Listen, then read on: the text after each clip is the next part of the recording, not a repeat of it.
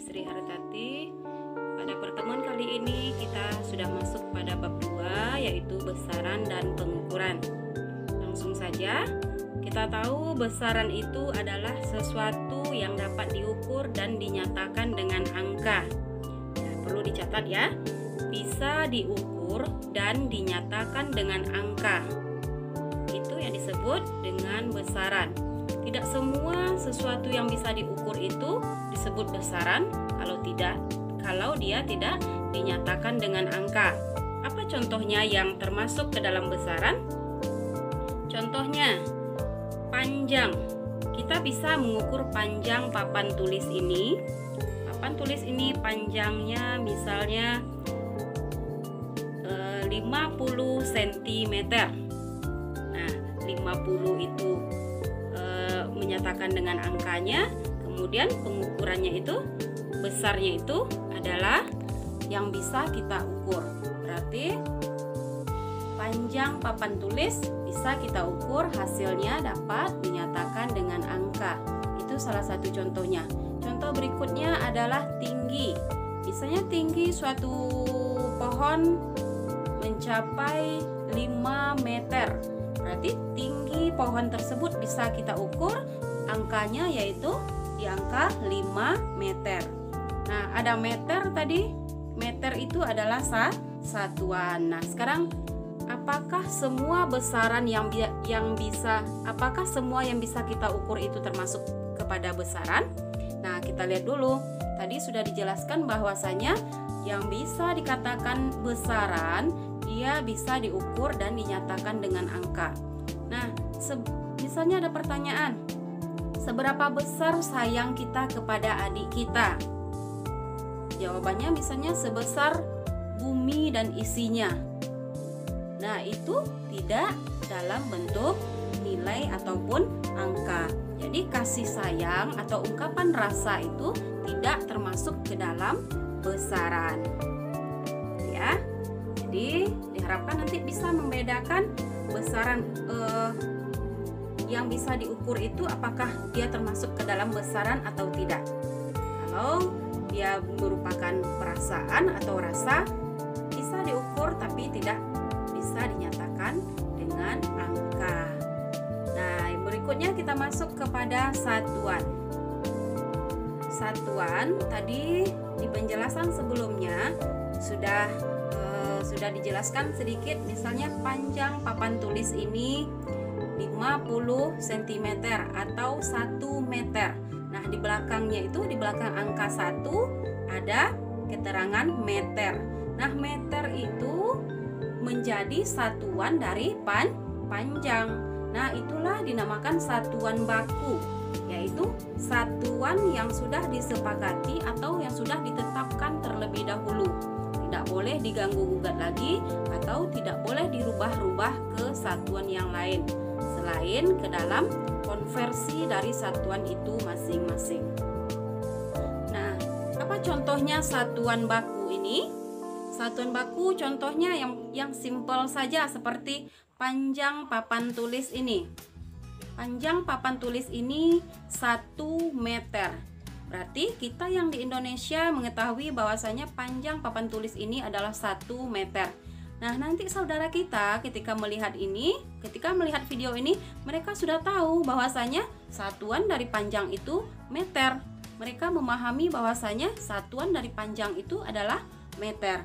Jadi, dimanapun kita berada nanti, satuan panjang itu adalah meter. Nah, itu yang dinamakan satuan baku. Di negara-negara manapun sudah disepakati bahwasanya satuan panjang itu adalah meter. Nah, untuk satuan baku ini termasuk nanti ke dalam satuan pada besaran pokok. Ya, selanjutnya setelah ini kita akan membahas pengertian dari besaran pokok. Nah, satu lagi contohnya dari satuan baku. Satuan baku dari massa. Massa suatu benda adalah 5 kg. Nah, kilogram itu merupakan satuan baku untuk massa. Jadi dimanapun kita berada, satuan massa adalah kilogram. Selanjutnya kita masuk satuan non baku. Nah, satuan non baku ini satuan yang belum disepakati terlebih dahulu, yang namun satuan baku ini satuannya itu tidak konstan, tidak sama dengan satuan baku tadi. Misalnya kita mengukur panjang papan tulis ini, kita ukur dengan jengkal misalnya. Kita mengukur dengan jengkal. Kalau dengan jengkal saya bisa jadi panjangnya ini 5 jengkal. Tapi kalau misalnya diukur lagi dengan jengkal orang yang berbeda, bisa jadi lebih besar, lebih banyak, 6, 7 ataupun lebih kurang dari yang saya ukur tadi. Jadi setiap kita yang mengukur berbeda orangnya, maka hasilnya juga akan berbeda. Maka itu yang dinamakan satuan non baku, satuan yang tidak bisa menjadi acuan pada setiap orang yang melakukan pengukuran tersebut. Nah, pada satuan tadi, satuan ini merupakan cabang dari bawah ya, di bawah dari besaran. Sekarang kita masuk kepada besaran. Besaran juga ada 2. Yang pertama besaran pokok, yang kedua ada besaran turunan. Kita lihat pengertian besaran pokok. Besaran pokok merupakan induk dari besaran-besaran yang lain. Nah, besaran pokok ini adalah besaran yang satuannya sudah ditetapkan terlebih dahulu. Ya, termasuk tadi satuan baku tadi ya. Jadi besaran pokok itu adalah besaran yang satuannya sudah ditetapkan terlebih dahulu. Jadi dia merupakan inti dari besaran-besaran selain besaran pokok ini. Nah, besaran pokok ini ada 7. Yang pertama ada panjang, kedua ada massa, yang ketiga ada waktu, yang keempat ada suhu, kelima kuat arus, 6 intensitas cahaya, 7 jumlah zat. Nah, untuk lambangnya masing-masing ada lambang, satuan, dan dimensi. Panjang memiliki lambang L kecil, satuannya M kecil, dimensinya L besar. Massa memiliki lambang M kecil, satuan kilogram, dimensinya M besar. Waktu memiliki lambang T kecil, satuannya sekon, dimensinya T. Suhu memiliki lambang T besar, satuannya Kelvin, dimensinya theta. Yang kelima, kuat arus, lambangnya I besar, satuannya ampere, dimensinya I besar. Yang keenam, intensitas cahaya, lambangnya sama dengan kuat arus, yaitu I juga, satuannya kandela, dipendek dengan CD, dimensinya J besar. Yang terakhir, jumlah zat, lambangnya N kecil, satuannya mol, dan dimensinya N.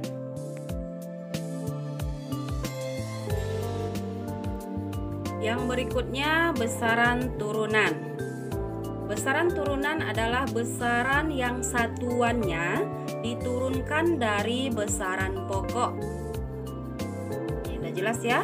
Besaran yang satuannya diturunkan dari besaran pokok. Nah, di sini ada contohnya, beberapa contoh. Yang pertama kecepatan, yang kedua luas, yang ketiga volume, percepatan, dan lain-lain. Nah, intinya supaya kita lebih mudah untuk menentukan apakah dia besaran pokok atau besaran turunan, lihat saja yang 7 ini. 7 besaran pokok ini, selain yang 7 ini adalah besaran turunan. Sekali lagi ulang, selain yang 7 ini, dia adalah besaran turunan. Ya, semoga dipahami ya.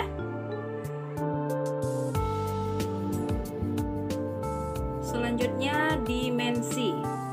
Nah, dimensi adalah cara untuk mengekspresikan suatu besaran. di mana fungsinya yang pertama membuktikan kebenaran suatu persamaan, menentukan suatu besaran dan besaran yang mempengaruhinya, menjelaskan kesetaraan beberapa besaran.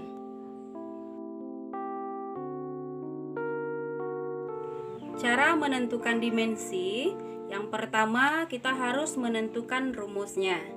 Yang kedua, menentukan satuan, baru yang ketiga bisa menentukan dimensi. Nah, untuk contohnya, kita sudah mengetahui tadi satuan dan dimensi dari besaran pokok. Misalnya kita ingin mengetahui dimensi suatu besaran turunan. Nah, berarti kalau besaran turunan, berarti dia adalah selain besaran pokok. Tadi sudah diberi beberapa contoh, yaitu kita lihat contoh yang sederhana. Tadi sudah diberi contoh yaitu kecepatan. Kecepatan kita tahu rumusnya adalah jarak tempuh per satuan waktu.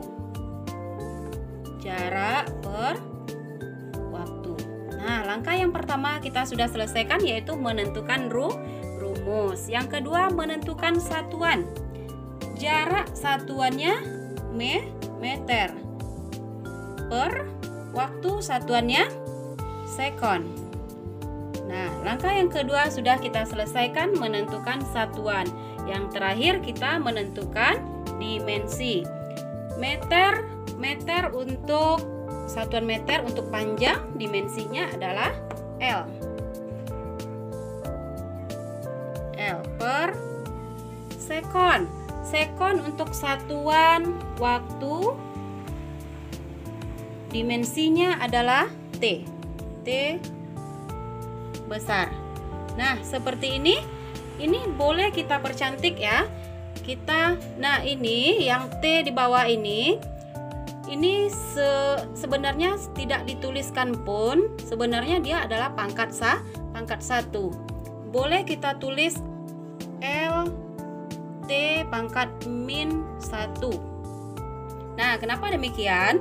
Karena kalau kita pembagian, kalau dia berada sebagai penyebutnya, kita jadikan dia menjadi perkalian seperti ini, berarti tandanya berubah menjadi negatif, atau bahasa lainnya dia pindah letak ke atas menjadi negatif.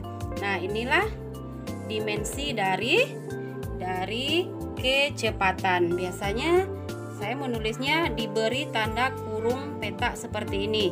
Ini baru kita baca dimensi kecepatan.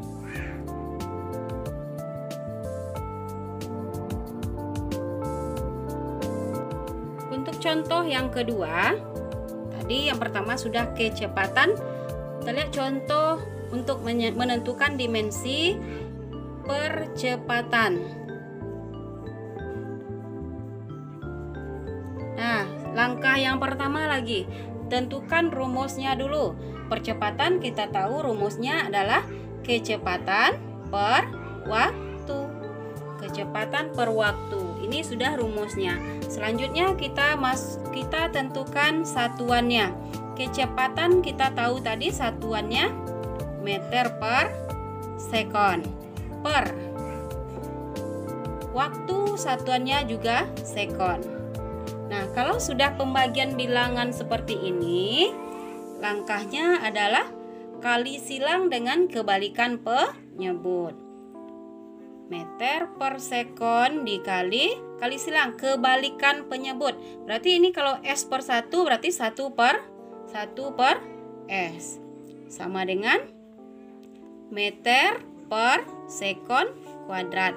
Kita sudah dapatkan satuan dari percepatan adalah meter per sekon kuadrat. Nah, baru kita masukkan dimensinya. Meter dimensinya untuk satuan meter adalah besaran pokoknya panjang, dimensinya L. L per sekon. Sekon kita tahu dimensinya tadi adalah T. T pangkat 2. Nah, ini T pangkat 2, berarti kita lanjut ke sini ya. Dimensinya L per T pangkat 2. Nah, kita pindah ruaskan ini ke atas, kita pindah letakkan ya, bukan pindah ruas. Jadinya L T pangkat min 2, kasih kurung petak. Nah, inilah dimensi untuk besaran turunan percepatan.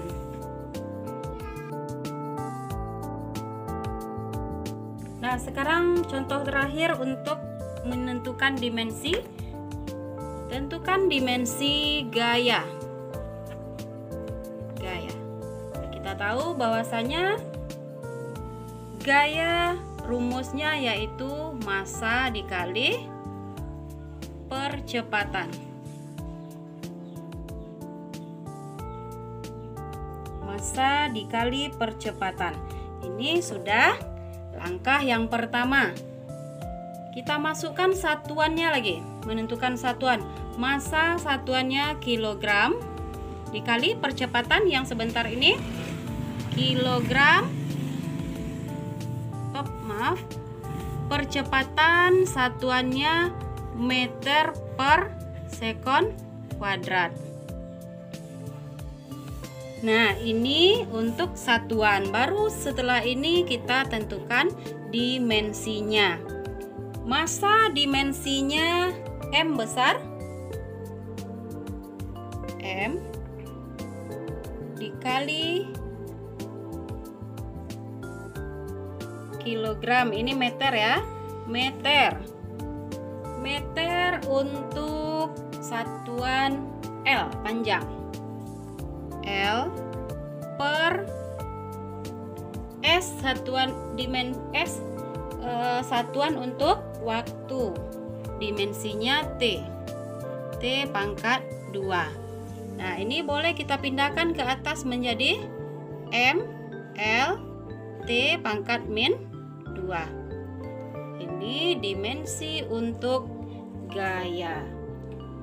Nah, selanjutnya masih banyak lagi ya besaran-besaran turunan yang harus kita cari dimensinya.